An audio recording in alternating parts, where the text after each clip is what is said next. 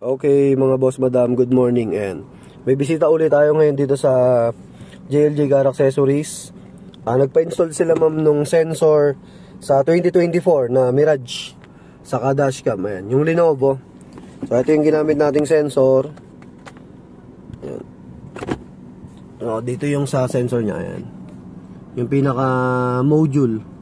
Tapos ito yung sa dashcam. Ayan.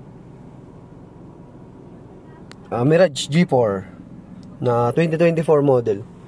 Tapos ang pagkaka-install namin dito, plug and play.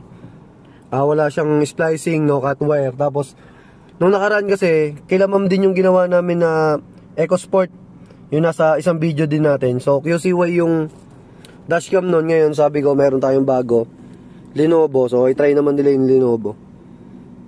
Yan. So ang pre nito is 64GB na SD card. Then yan, try natin yung sa reverse. And reverse. Reverse. Automatic na yan, magre-reverse sa akin. Milaw na yung kan. Una, try mo nga. Left, left. Ayan. Tapos right. Yan. Okay, okay na. Yan. Automatic yan, basta nag-reverse. Yan, neutral. Yan.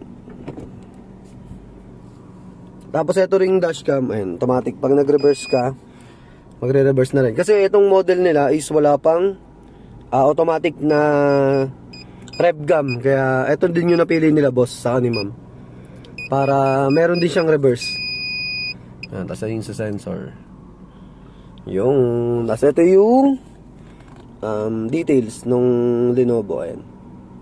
Dual lens. Tapos ayan. Yan yung Lenovo natin mga boss madam. Yan, then check natin yung sa sensor. 2i yung nilagay namin dito.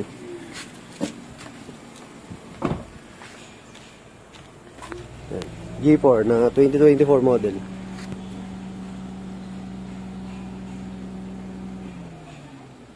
Tapos ito yung black na 2i sensor. Yan. So plug and play lahat yan. Wala kaming in-splicing.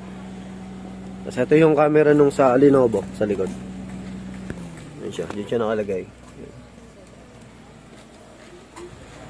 So all goods na to, all goods. Pakita natin sa inyo sa harap yung bagong bago. So sa mga gusto mag-avail, yan, available yan sa JLJ Car Accessories, Motomac Works. Sa yung sa vlog namin, yung JLJ Car Motovlog din. Sa TikTok meron din kami yan. So ipopost natin doon lahat ng mga ginagawa nating sasakyan. Tapos yung mga rides, PMS, ganyan, kung ano pa. So, thank you kay ma'am. Ayan. Return customer natin to. So, kakabili lang na itong unit nila na to. Dahil sa atin sila nagpapa-install ng accessories nila ng EcoSport. Ayan. So, balik sila sa JLJ Car Accessories.